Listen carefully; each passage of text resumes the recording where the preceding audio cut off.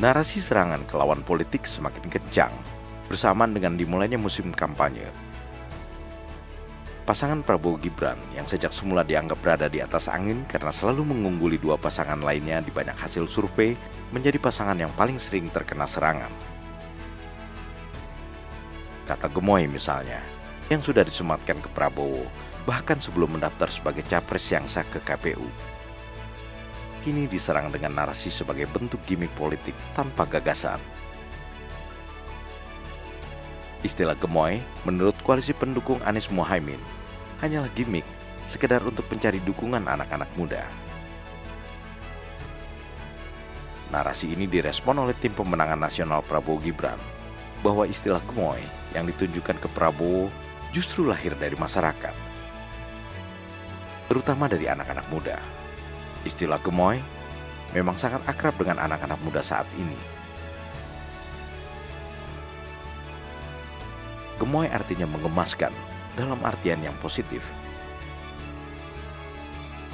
Anak-anak muda melihat sosok Prabowo sebagai sosok pemimpin yang tegas dan berani, namun di sisi lain juga tetap humble, akrab, apa adanya dan riang gembira.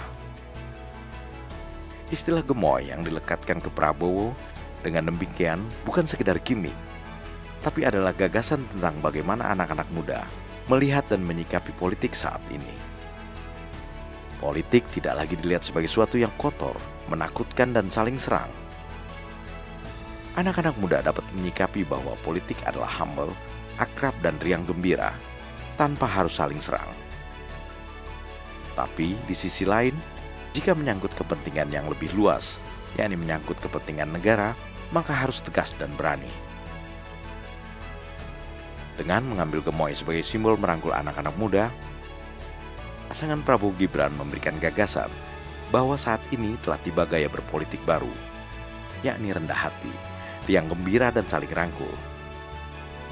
Politik gaya lama yang mengedepankan dikotomi kita atau mereka telah usang dan ketinggalan zaman.